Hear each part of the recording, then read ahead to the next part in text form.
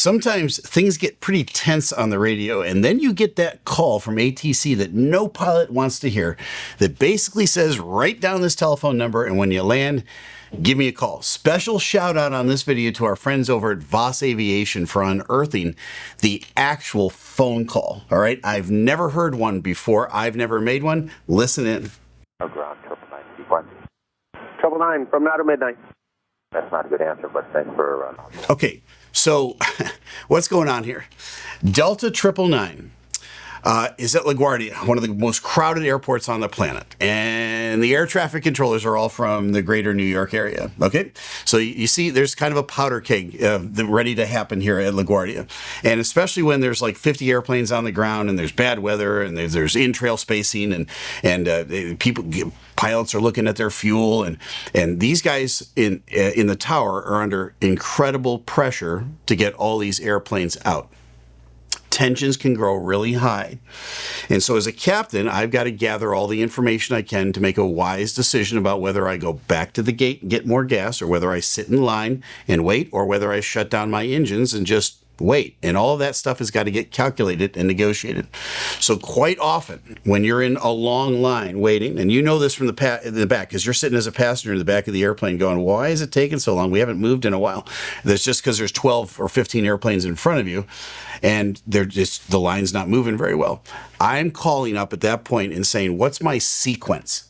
What does that mean? When I ask for my sequence, I want to know how many airplanes are in front of me. And if he says 20 airplanes in front of me, the next thing I'm going to do is ask, can I shut down my engines right here and just wait? Or I might have to calculate and go back to the gate and get more gas. So it's a legitimate question on the part of the captain, but he's talking to somebody that's under incredible pressure. He gets the answer back from now until midnight. That's really a sarcastic answer, and that starts the escalation. So the captain chimes back in. He says, that's not a good answer, but thanks for, and he gets cut off. All right, it gets worse. That's the best I can do. You want a better answer, contact your dispatcher or your company. Okay, so now he comes back with another sarcastic answer. Well, that's the best I can do. If you want a better answer, call your dispatcher or your company. So this guy is completely... in my opinion, disrespecting the captain that asked the question. Now, could the question have not been asked, or could have been asked better? That's irrelevant. I think it's a legitimate question. I've heard it asked hundreds of times. I've asked it dozens of times. What's our sequence? What's our sequence? Right? Now, the answer could come back. I don't have time to give you a sequence. It's just going to be a long time. Sorry. That would be a proper answer. From here to midnight is not a proper answer. And in addition to that, go call your dispatch and ask them, things are going to get heated. Here they go. All right. Captain comes back and says this. No, your line up here is just looking for a sequence for fuel management. Yes, that's a part of your problem. Yes, sir. Fuel management. It says, there's a long line up here. I'm just looking for fuel management. And yes, that is a part of your problem. All right. And so he hands it back to the controller. Controller comes back and says, it's your priority, not mine. You're an idiot. Okay, and here's where it goes downhill. The controller comes back quickly and says, fuel management is your priority, not mine. It's your problem, not mine.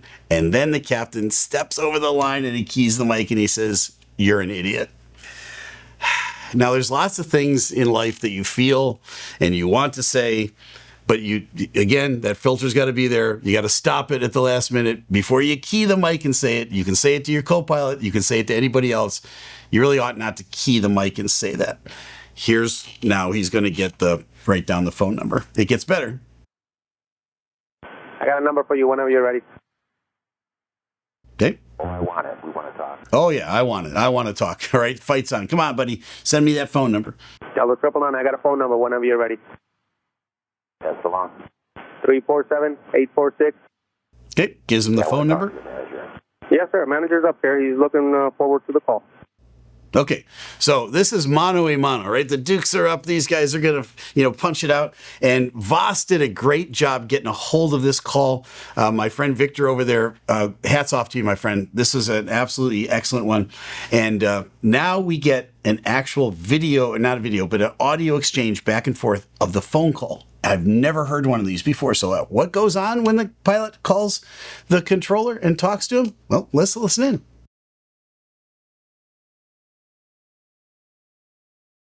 LaGuardia. Yeah, Captain 999 calling back. We had a little bit of a dispute on the radio with the ground controller 2185. Yes, sir. Yes, sir. I listened to the tape. This is the operations. Yeah, I listened to the tape. This is the operations supervisor. Okay, so the first thing the operations supervisor says is, yeah, I listened to the tape.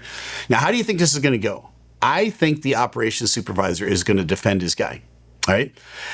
Now, the captain is not going to give up much ground on this. The captain should apologize for sure. I would ask forgiveness. I'd take it even a step further. But at that point, you also have to defend what you're doing, right? Because there's tension here. But again, if you think you asked a legitimate question and you got a sarcastic or disrespectful answer, you should also say that as well. So let's see how this goes. Yeah, you know what? I had a problem with this guy coming in the other day, and I don't know what this guy's got a reputation around the system. The other guy that signed in at 23Z, I've heard his voice ever, nicest guy ever. The other guy's got to do something about his temper. I'm from New York too. Yeah. But I don't have that. When I'm looking for information, if my engine starts and shut down, don't tell me it's my problem. No, it's going to be your problem if I shut my engines down and you want me to move. Okay, that's a legitimate point, right? So don't tell me it's my problem. That's kind of a rude statement. It's an aggressive statement, at least. And because the captain's got it, the captain is the captain of a ship. And so he can say, all right, I'm just going to shut down my engines right here because I need to save gas. And now it becomes your problem. So nobody wants that escalation back and forth.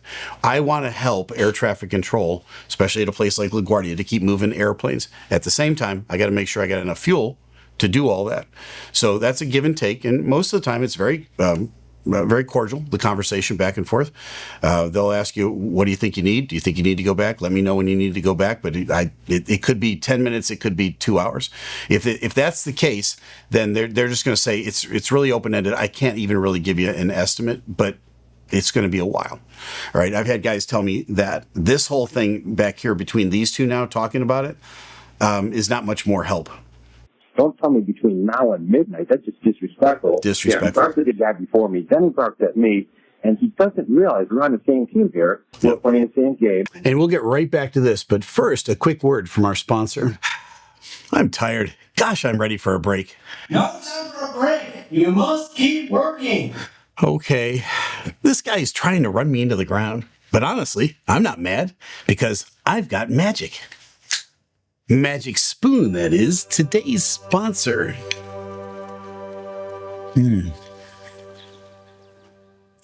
That's the stuff. This is a cereal I wish I had as a kid. Same great taste, but now it's made with grown-up ingredients. We're talking 13 to 14 grams of protein, 0 sugar, and just 4 to 5 grams of net carbs in every serving. High protein, low carb, totally guilt-free, and perfect when your producer won't let you have a break. And if you're more of an on-the-go type, Magic Spoon's treats are just as awesome. 11 to 12 grams of protein, only 1 gram of sugar, and no sticky, chewy nonsense like a protein bar. They're crispy, crunchy, and just plain good. Basically, Magic Spoon is childhood reinvented. Fuel for the body, nostalgia for the soul. And hey, if for some wild reason you don't love it, and you will, Magic Spoon has a 100% happiness guarantee. They'll refund your money, no questions asked. So click the link below or scan the QR code on screen and get $5 off your first order. Now, if you'll excuse me. And thanks to Magic Spoon for sponsoring today's video. Sponsors like this help us to make more content for you. I'm sorry, it's the worst thing that happened on that thing is he drew me in because he wouldn't stop arguing. He wanted to get his last point across. And I said, idiot. Okay, I shouldn't have done that. But the guy needs to be talked to about his attitude. If he's got something on at home, leave it at home, come to work, be on the same team as us. We're all on the same page. Okay, so now the captain's kind of doing a little bit of a psychiatric analysis. I'm not sure I would have mentioned the stuff about at home, but, he's trying to come up with a reason for why the guy would be so aggressive. And he was aggressive not only with him, but with other people. I'm looking at it going, the guy, it's just a lot of pressure. However, other people handle pressure much better, much more professionally, obviously, than this controller did. Now the supervisor is going to defend this guy for sure. I think at the point where I would have said, look, I called him an idiot. I shouldn't have done that. I would have immediately apologized. I probably would have led this conversation with that. Hey, just want to say, want to talk to you guys about what happened today. First of all, let's get this out of the way. I stepped over the line. I called your guy an idiot on the radio. That was wrong. Please forgive me. All right. And then, but let's talk about what led up to that. And then you can get into what's going on here. And he's going to. I mean, I'm not sure about what's going on personally. I don't think anything. It's not for me to speak to. But, I will say that, look, when there's 50 airplanes taxied and, we're getting questions about sequences, and we don't even have, to be quite honest with you, we don't even have a sequence built. Okay, he's kind of making excuses here. This to me is a lame response as well. He's trying to come up with an excuse, and we're under so much pressure. There's so many airplanes. He's implying you shouldn't have even asked that question. No. That's a legit question. I want to know. Now, the controller could have handled it a whole lot better and said, I just absolutely can't give you any sort of an estimate. So if that's helpful to you, then great, but it's going to be a while. If you want to ask to shut down, we'll either approve that or disapprove it. And if you have a problem with that approval or disapproval, that's something you should probably express on the frequency. But as far as asking how long, we honestly have no idea. That's a very common thing for my entire 34 years in the airlines. Pilots, captains have been asking how long or what sequence. So I don't know where this guy's coming from, but this is as old as dirt, asking for the sequence. And most of the time you get a legitimate answer back. You're number 8, you're number 10. I think and we factor in 2-3 minutes between, okay, that's 20, 30 minutes. And you throw in a fudge factor on top of that. Do I have an hour's worth of gas? Maybe, potentially. Okay, yeah, I can stay in line. I can keep my engines running. If you don't have that, you make a decision. That little bit of information is very helpful. We're at the mercy of the TRACON, New York Center, and the entire system. We're just, as you know, we only land at 2,000 feet. Our priority is moving airplanes off the airfield as quickly as possible and as efficiently as possible. Does it always work that way? No. But No. We really do our best here. If you're a regular here, you know that we do.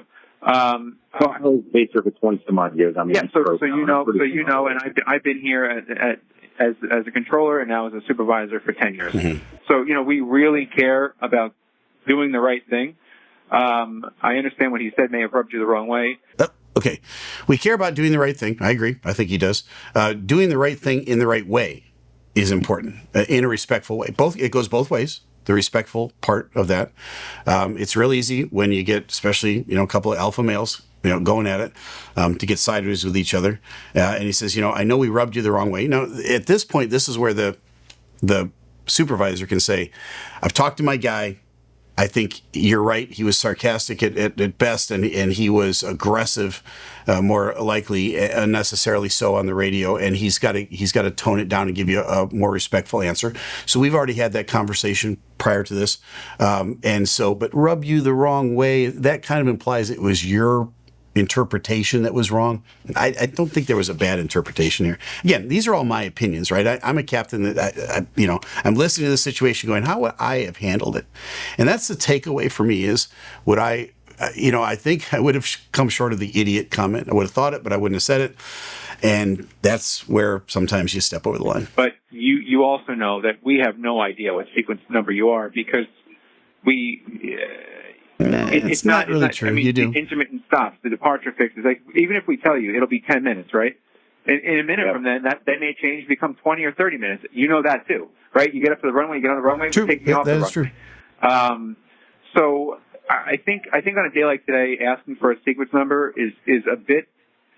The expectation to get a sequence number on a day like today should be low. There's plenty of girls kind of fighting energies, like you pushing aircraft, me dealing with fighter tenders, dealing with bad. I know, I get it. And everyone, by the way, I think. Yeah, everyone is experiencing the same frustration. Believe me. I mean, we're still strung out here, as you know. I mean, we're holding aircraft inbound. We're almost gridlocked here. So, and we've been doing this since 2 p.m. Yeah, and I get that. LaGuardia is a special place, especially bad. And there's a lot going on there all the time. But again, everybody's got to keep the temperature down as they go back, and there's plenty of excuses flying back both ways. Well, I appreciate you guys, and you know what? It's just at some levels you got to drop down the tone. I mean, I'm from New York. I know the tough talk and everything like that, but it shouldn't be in a professional manner. There's some guys that are fair, some guys that are not. Yeah, and you shut someone down with an absolute between now and midnight. It's just a stupid answer. Yeah. I mean, it does give me nothing. I can't tell you that. I got you, I'm never but too on just- gravel ground to me. I could be nothing. I got you, but here it comes. Yeah, I got you. But just in his defense, also, calling each other an idiot, that's not acceptable either. And I apologize for that. I apologize. Should have led with that. He threw that in because he just wanted to get the last word in if you listen to the tape. So he just kept on wanting to badger me like I was a little boy, and I'm not that guy. Yeah, that's the respect part, right? I'm a captain of a big ship at a big airline. Let's treat each other with respect. And again, the captain, yeah, but was it just in a vacuum? Nope. So everybody's got to calm down. I understand. I'll let him know, I'll let everyone know, what your thoughts were on this. But yeah, we'll try to keep it civil. Like, he's saying some things out of frustration, but so did you, right? So we're just trying to keep the peace. You got it. I appreciate you guys. All right. Thank you. Have a good night.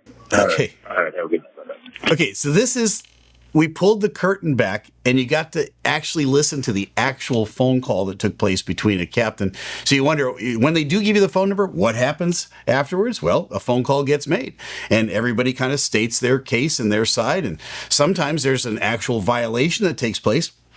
This wasn't that. This was just a dust up of personalities, probably under stress and under pressure. And I think everybody kind of explained their position well, I think. And everybody had a point on both sides, which is kind of the nature of the dust up of this whole thing. But at any point in time, no matter how much stress you're under, you got to keep it professional, or you got to call somebody else in and go, look, I got to step out for a few minutes. Can you take over for me? I just don't think there's that bandwidth in ATC. I don't think they've got the people that can step in. There's no extra margins in anything that they do. And true with the captains and the flight crews at the airlines, there's just no margins. Everybody's just pulled as tightly as they possibly can get, and it spills over like this. But I thought you'd be fascinated to listen to the actual conversation when a phone call gets made. This one resolved nicely. Everybody got back to work, and bad feelings, were tamped down. I think everybody kissed and made up at the end. Now you know. I'm Captain Steeeve. Fly safe.